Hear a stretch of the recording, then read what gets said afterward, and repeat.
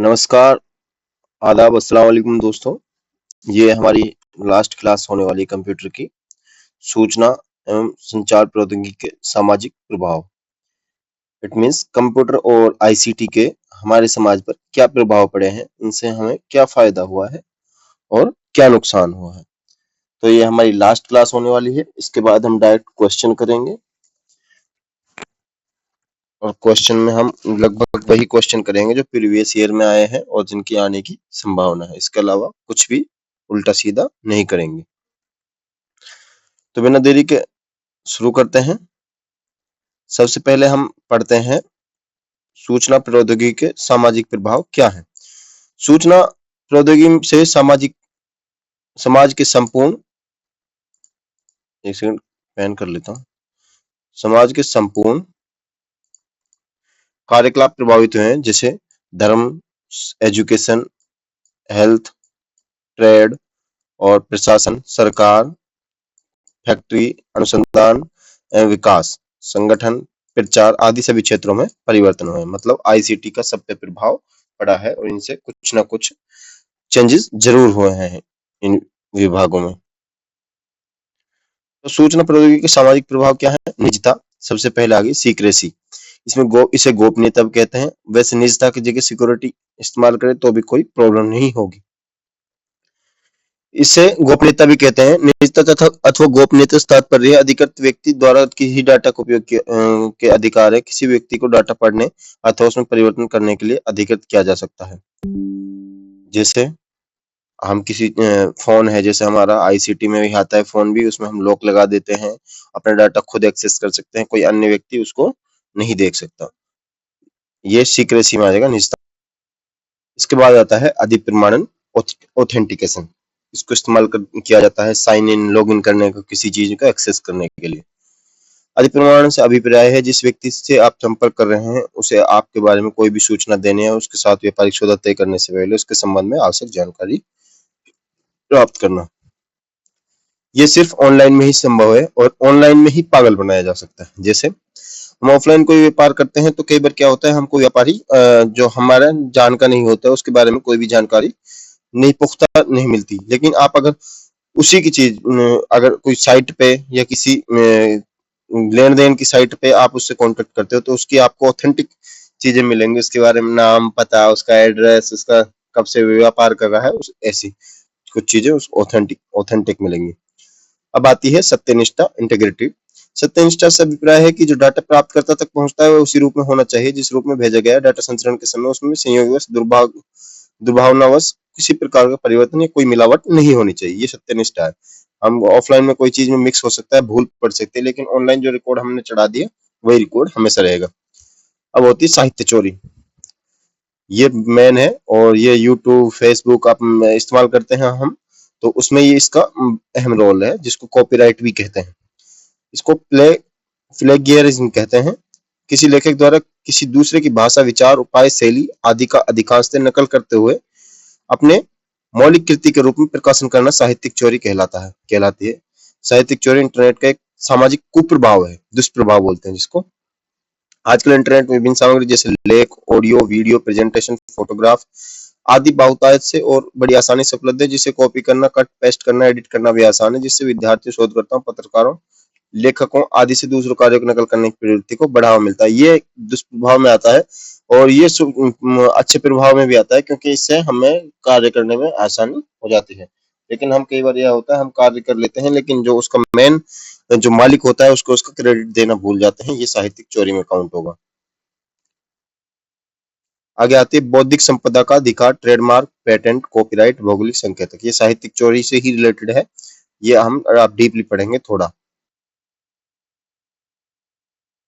बौद्धिक संपदा का अधिकार किसी व्यक्ति द्वारा विज्ञान, प्रौद्योगिकी, साहित्य तो कला के क्षेत्र में किए गए मौलिक बौद्धिक कार्य, बौद्धिक मतलब जो बुद्धि से, दिमाग से कार्य किया जाता है उनको बौद्धिक कार्य बोलते हैं, के फलस्वरूप प्राप्त कानूनी अधिकार से है। बौद्धिक संपदा अधिकार मौलिक तथा उत्पादक कार्य करने के लिए प्रेरित करता है तथा नकल या चोरी करने पर प्रवृत्ति पर रोक लगाता है। बौद्धिक बौद्धिक संपदा अधिकार अंतर्राष्ट्रीय स्तर पर संरक्षण है, तो इसे क्वेश्चन बन सकते हैं, ध्यान से पढ़ें इसको। अंतर्राष्ट्रीय स्तर पर संरक्षण हेतु संयुक्त राष्ट्र द्वारा जिनेवा एक सिटी का नाम है, 1967 में विश्व बौद्धिक संपदा संगठन WIPO या WIPO भी बोल देते हैं की स्थापना की गई। भारत में 8 अधिनियमों के अंदर बौद्धिक संपदा अधिकार सुरक्षित किए गए हैं। फर्स्ट में है the biological diversity act 2002, the copyright act 1957, ये भारत का नहीं, ये वैसे इंटरनेशनल है। The design act 2000, the geographical indication of goods act 1999, the patents act 1970, the protection of plant varieties and farmer rights act 2001, the semiconductor integrated circuits layout design act 2000, the trademark act 1999। ये सारे वे act जिसमें बौद्धिक संपदा का अधिकार सुरक्षित है और ये भारत में इस्तेमाल किए जाते हैं। इनमें कुछ भारत के पर्सनल है और कुछ ऐसे हैं जो इंटरनेशनल है लेकिन भारत में इस्तेमाल किए जाते हैं। बौद्धिक संपदा का अधिकार अधिकारों के प्रकार, ये कितने प्रकार के होते हैं? सबसे पहला आता है ट्रेडमार्क। ये व्यापार का एक मार्क होता है, अपनी कोई कंपनी का स्पेशल लोगो होता है। ट्रेडमार्क किसी उत्पाद या सेवा को पहचानने के लिए इस्तेमाल किए जाने वाले शब्द, संकेत, चिन्ह या प्रतीक होता है। लोगो बोल देते हैं हम आम भाषा में। ट्रेडमार्क किसी ब्रांड की पहचान बताता है और उसे दूसरे उत्पादों से अलग करता है। ट्रेडमार्क का प्राथमिक उद्देश्य व्यवसायों और बौद्धिक संपदा अधिकारों को रक्षा करना और उपभोक्ता को भ्रमित करने वाले संकेत, समान संकेतों के चिन्हों का उपयोग करने से रोकता है। जैसे हम फ्लिपकार्ट का लोगो है जो एफ है, पीले कलर में और नीला एफ होता है, वो हम कॉपी नहीं कर सकते। हम कोई भी साइट बनाएंगे तो उसमें वो लोगो इस्तेमाल नहीं कर सकते। अगर हमने वो लोगो इस्तेमाल किया है तो हम इलीगल काम कर रहे हैं। भारत में ट्रेडमार्क अधिनियम या अधिनियम नहीं, अधिनियम पढ़े 1999 द्वारा शासित है। ये जो ये ट्रेडमार्क वाला सबसे पहले ये रहा, the trademark act. Patent invention की सुरक्षा करते हैं। इन्वेंटर पेटेंट ये भी एक जो कॉपीराइट है जो बौद्धिक संपदा के प्रकार ही है। सुरक्षा करते हैं इन्वेंटर को अपनी रचनाओं विशेष अधिकार प्रदान करने, नई पेटेंट, नई और उपयोगी प्रक्रिया, मशीनों, मामलों की रचना और यहाँ तक कि सजावटी डिजाइनों को भी कवर करते हैं। ये पेटेंट डिजाइन से संबंधित है। भारत में पेटेंट अधिनियम 1970 द्वारा शासित होते हैं। इसे ट्रिप्स के अनुपालन हेतु 2005 में संशोधित किया गया था। अब आता है कॉपीराइट। भारत में कॉपीराइट अधिनियम 1957 द्वारा शासित है। कॉपीराइट मूल रचनात्मक कार्य जैसे पुस्तक, संगीत, कला और सॉफ्टवेयर को सुरक्षित करने, वे अपने कार्य को दोबारा बनाने को देखो कॉपीराइट आपने देखा होगा, आप किसी यूट्यूब वीडियो है जो उसकी डिस्क्रिप्शन में जाके देख सकते हैं, उसमें नीचे नीचे कॉपीराइट का ऑप्शन होता है। हालांकि हम नहीं डालते हैं, जो ज्यादातर म्यूजिक वीडियो है वो ज्यादातर नीचे कॉपीराइट का ऑप्शन डालते हैं। और आप उनको सॉफ्ट यूज मतलब रील वगैरह में इस्तेमाल कर सकते हैं, लेकिन उसका भी रेवेन्यू जो जो उसका मेन ओनर है उसी के खाते में जाएगा। और आप किसी ऐप को इस्तेमाल कर रहे हैं जैसे उत्कर्ष है, कलाम है या फिर कोई भी थर्ड पार्टी एजुकेशन ऐप है या कोई भी और भी ऐप है, तो उसमें नीचे नीचे लिखा रहेगा all right reserve to copyright, फिर उसके संस्था का नाम लिखा हुआ होगा।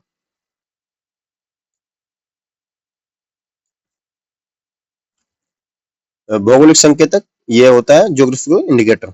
ये देश के किसी विशेष क्षेत्र उत्पन्न अथवा निर्मित किसी कृषि उत्पाद या प्राकृतिक अथवा विनिर्मित वस्तुओं के उपयोग के लिए किया जाता है। ये एक संकेतक है, इसको लोगो ही मानते हैं मूल। तो जैसे हम जैसे शुभंकर भी कह सकते हैं। शुभंकर तो हो जाएगा जीव जंतुओं में पक्षियों से संबंधित या जीवों से संबंधित।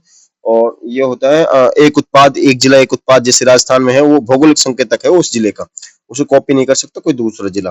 हाँ, दूसरे स्टेट में कोई भी जिला कॉपी कर सकता है। डिजाइन एक औद्योगिक डिजाइन में एक आकार का निर्माण, पैटर्न, रंग का विन्यास या संयोजन तथा त्रिआयामी या इसको बोलते हैं 3D के रूप में पैटर्न और रंग का संयोजन सम्मिलित है जो कि सौंदर्यात्मक मूल्य से युक्त होता है। भारत में डिजाइन अधिनियम 2000 द्वारा शासित है। ये इनका एक्ट है। सूचना प्रौद्योगिकी में रोजगार। अब हमारे यहाँ कॉपीराइट वाला सिस्टम खत्म हो गया, अब आता है रोजगार। सूचना प्रौद्योगिकी क्षेत्र का जैसे जैसे विकास हो रहा है उस तरह रोजगार भी बढ़ता जा रहा है। हालांकि ये कहने सुनने की बात है कि सूचना प्रौद्योगिकी में रोजगार बढ़ रहा है, ये सिर्फ लिमिटेड आदमियों को रोजगार देता है। रोजगार बढ़ता था, रोजगार सिर्फ जब जब जब सूचना और प्रौद्योगिकी नहीं थी तभी रोजगार बढ़ता था। अभी रोजगार बहुत कम हो गया है। जैसे मान लो कोई फैक्ट्री में कोई चीज 100 आदमियों से होती है, मशीन अकेली 100 आदमियों का काम कर देती है, तो रोजगार इससे बढ़ा है या घटा है? इससे रोजगार घटा है। और उस मशीन में कंट्रोल करने के लिए सिर्फ एक आदमी ही होता है और नहीं होता कोई भी।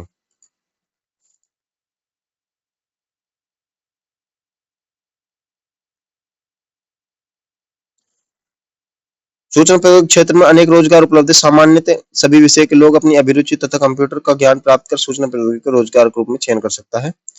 सूचना प्रौद्योगिकी के लिए जीवन वृत्ति के लिए उपलब्ध महत्वपूर्ण विकल्प ग्राफिक डिजाइन। देखो ये सूचना प्रौद्योगिकी में जो जॉब्स हैं या फिर रोजगार के जो क्षेत्र हैं उनका नाम है ये। ग्राफिक डिजाइनर बन सकते हैं, web page designer, animator, desktop publishing, network manager, network administration, programmer, system analyst, computer operator, computer technician, computer engineer, software engineer, database manager, data entry operator, web developer, system administrator, web programmer, web master आदि। ये वो क्षेत्र हैं जिनमें आप जो ICT है या सूचना प्रौद्योगिकी के क्षेत्र है उसमें आप जॉब पा सकते हैं या रोजगार पा सकते हैं। अब आता है सोशल मीडिया, जो हमारे आज के जमाने को लेकर सबसे इम्पोर्टेंट टॉपिक है। सोशल मीडिया में आता है फेसबुक, व्हाट्सएप, इंस्टाग्राम, ट्विटर और भी बहुत सी टिंडर वगैरह, जो बहुत सी जिन पे सोशल इंटरेक्शन होता है वो सोशल मीडिया में। ऐसी वेबसाइट और एप्लीकेशन जो उपयोगकर्ताओं को सामग्री तैयार करने और उसे साझा करने में, साझा मतलब एक दूसरे तक पहुंचाने में समर्थ बनाना, सोशल नेटवर्किंग में हिस्सा लेने से समर्थ करे, उसे सोशल मीडिया कहते हैं। सोशल मीडिया लोगों के बीच सामाजिक विमर्श और उसके तहत ये परोक्ष समुदाय, परोक्ष मतलब जहाँ एक आमने सामने बैठे नहीं है हम, प्रत्यक्ष बोलते हैं आमने सामने बैठे, परोक्ष जहाँ हम दूरी बना रखिए, ये बैठे नहीं भी। वे नेटवर्क पर सूचना तैयार करते हैं, उन्हें साझा करते हैं, आदान प्रदान करते हैं। लोगों के संवाद करने के लिए सोशल मीडिया एक महत्वपूर्ण साधन है। सोशल साइट्स के इस्तेमाल के मनोवैज्ञानिक प्रभाव भी खतरनाक है, मतलब दुष्प्रभाव भी खतरनाक है। मनोरोग जी का कहना है कि सोशल नेटवर्क साइट्स का ज्यादा इस्तेमाल करने से लोगों को इसकी लत लग जाती है, जैसे आपको लगी हुई है।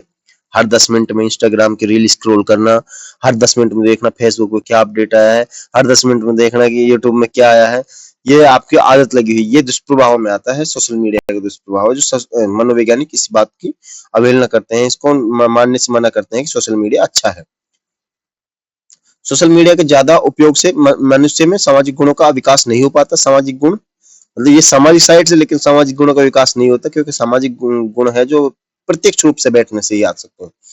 सोशल मीडिया में लोग अधिक व्यस्त रहने से आउटडोर एक्टिविटी नहीं कर पाते, डोलना फिरना, घूमना टहलना, ये सब नहीं कर पाते।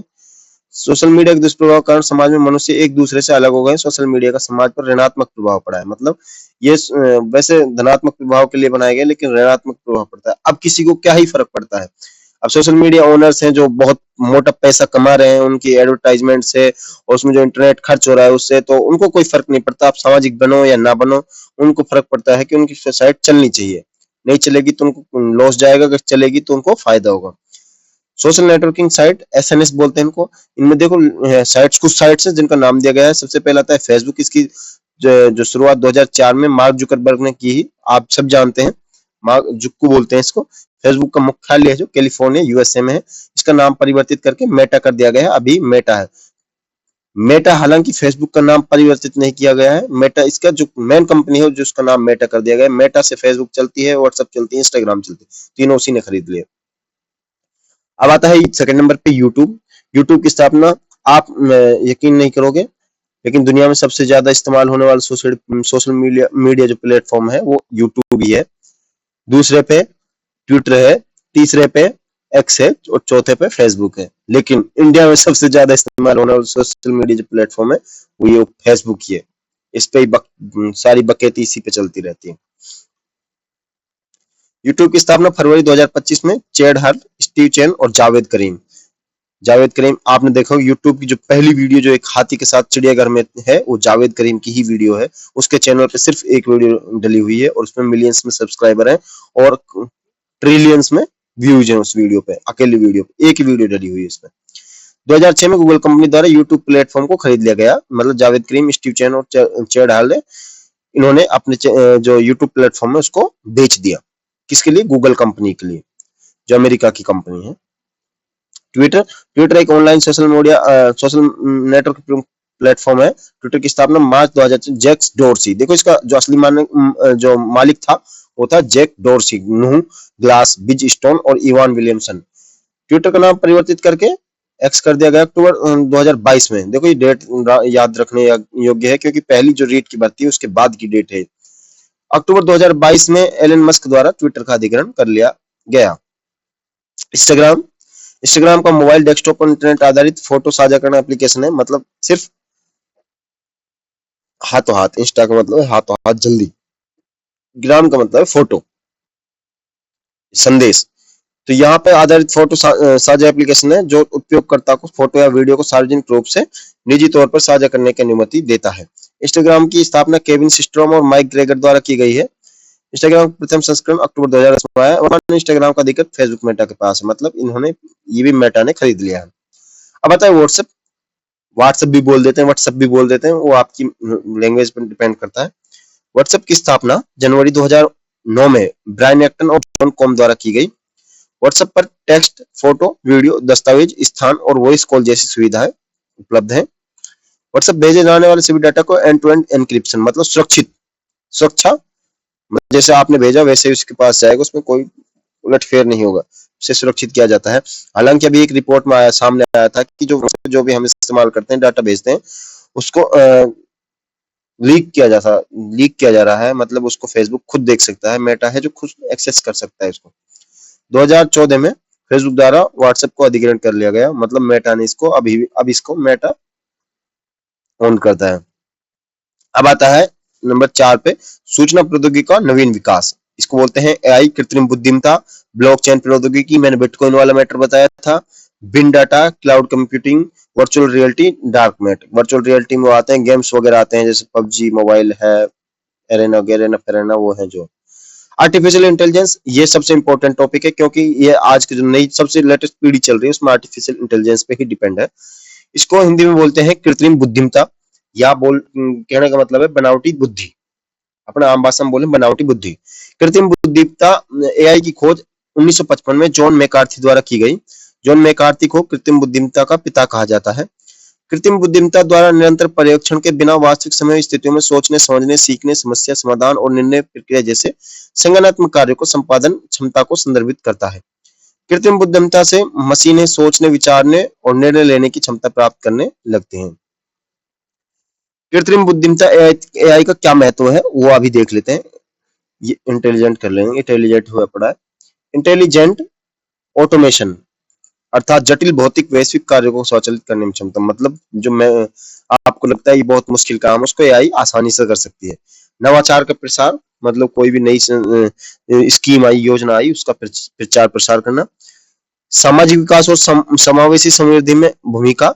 डिजिटल कृषि का विकास संभव। आप कृषि से संबंधित एआई से मतलब जैसे चैट जीपीटी हो गया, आपका मेटा एआई हो गया, और कोई भी कंपनी का और भी हो सकता है, चाइनीज एआई भी हो सकता है। तो उससे आप डायरेक्ट पूछ सकते हैं कि हम बैगन की कृषि को किस तरह उगाएं, या अच्छी कृषि किस तरह पैदा करें, अच्छे बैगन कैसे पैदा करें, तो आपको डिटेल्ड सारी जानकारी दे देगा। सबसे पहले जोत लगाने, खाद देना, जो भी है आप अनुमान भी नहीं लगा सकते कि इतना डीपली आपको वो जानकारी अवेलेबल करा देगा। अब आता है सामाजिक विकास और समावेशी समृद्धि डिजिटल कृषि के ऊपर। स्वास्थ्य, बैंकिंग, अंतरिक्ष सुरक्षा क्षेत्र में व्यापक बदलाव। ये एआई से इनमें बहुत ज्यादा चेंजेस हुए हैं। इंटरनेट ऑफ थिंग्स का विकास, रोबोटिक क्रियाओं का विकास। रोबोट तो पूरा ही एआई पे डिपेंड है, एआई के बिना तो रोबोट पॉसिबल नहीं। पहले रोबोट पॉसिबल था, कंप्यूटर से चलता है, कंप्यूटर भी एआई पे डिपेंड होता है। अभी पहले एआई का लो लेवल था, अभी एआई का हाई लेवल आ गया है, जो एआई लेटेस्ट है। भारतीय राष्ट्रीय भुगतान निगम, जिसको एनपीसीआई बोलते हैं। एनपीसीआई की फुल फॉर्म है नेशनल नेशनल इसका council of India, national payment council of India, national payment council of India, NPCI की फुल फॉर्म में पूछा जा सकता है।